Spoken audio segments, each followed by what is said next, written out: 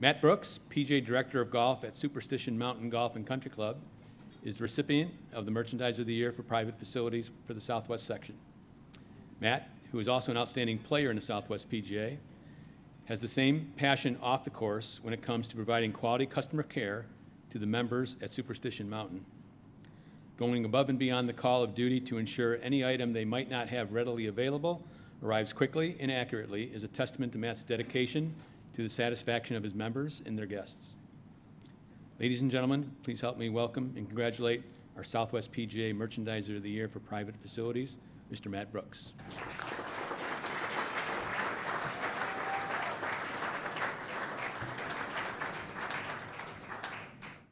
So Superstition Mountain is one of my favorite courses. I make more putts there than anywhere else.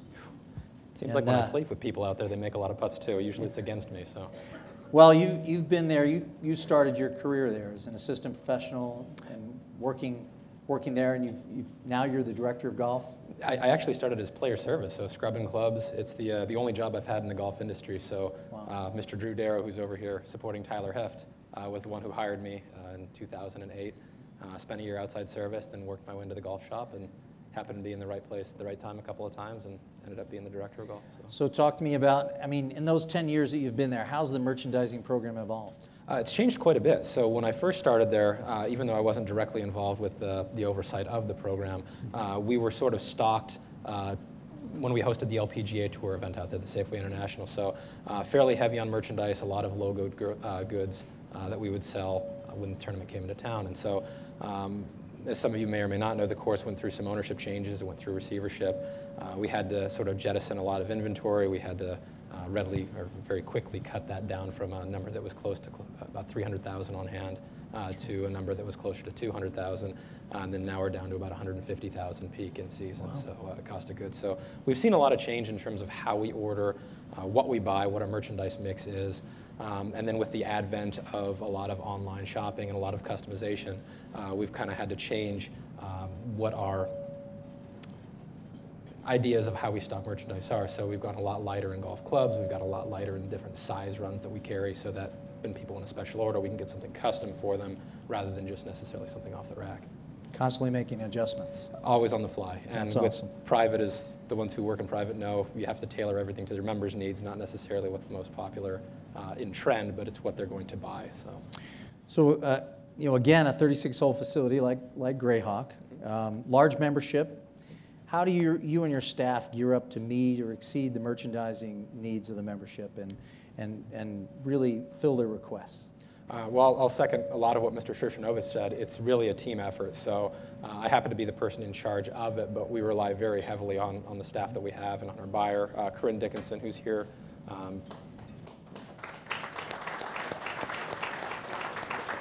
So she's been only doing this for about 3.5, 4 years now full time. She's already got 2 AGM Top 100 shops with ours and with Pine Top Country Club she just got this year. So she's a big reason for everything that we do in our shop.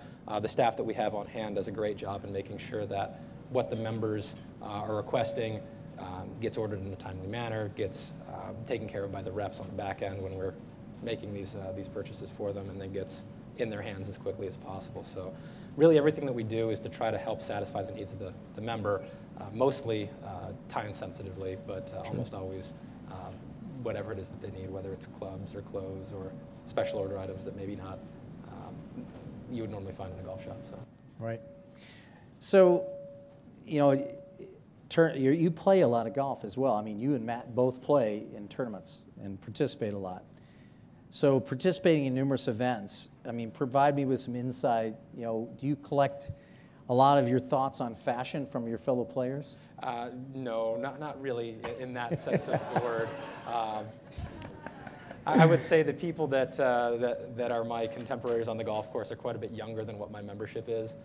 So we're not, you know, exchanging ideas of what we're wearing and how that would relate to what we're selling. You could probably help them out a lot anyway. Oof, maybe, I don't know. So my fashion sense isn't always the greatest. But what we do talk about, like we talk about things that we have done successfully in our own golf shops, and we pick and choose little ideas, cherry pick things from each other and see how that may relate to what we can do better in our golf shop. So there are no new ideas, as some people before me have said, and we do our best. Yeah, I find sometimes the 4 hours on the golf course, or sometimes 5 hours on the golf course, you can get a lot of ideas for your operation for sure.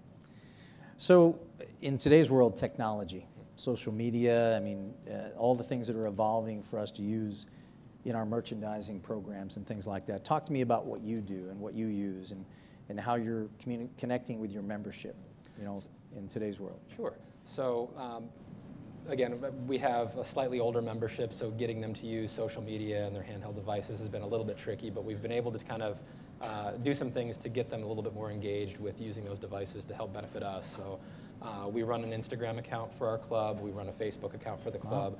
We do a lot of our promotional stuff through there, so if we have a new collection of clothes that's come in, we'll put it on Instagram and get it out to the membership that that's way. Great. We'll use Facebook to show off members wearing Superstition Mountain clothes, if they're off property or on property wearing the logoed items. And then, excuse me, we use 4Ts as our tee time management system. They have an app that's on your phone. We use the push notifications quite a bit to notify members of sales, or if we have a pop-up sale based on you know, a weather delay or something like that. If we want to get them into the golf shop, we can use that to notify them very quickly that there's something going on. It'd be advantageous if you would come in and see us. But I'm stealing ideas as I'm sitting here. Like I said, no new ideas. Those are great. Take what you need. Those are great ideas. So it's interesting to see how they have evolved as a membership, just based off of necessity, or to kind of be able to communicate with our staff, because the staff is a fairly young staff. I'm one of the older people there at 36, and so we have to stop laughing. She didn't think I'd be able to work my age into the conversation. So, but no, so we have to try to find ways to get them to be engaged in how we communicate with them, but at the same time, we have to figure out the best way to communicate with them based on what they are able to do or what their preferences are. And so it's a good mix of still using email, of still using flyers around the club, but then also using some social media to keep them engaged with what's going on in the golf shop. Well, man, I know you very well. You've done a terrific job, and Superstition Mountain, the clubhouse, the pro shop, it always looks fantastic. Congratulations on your work.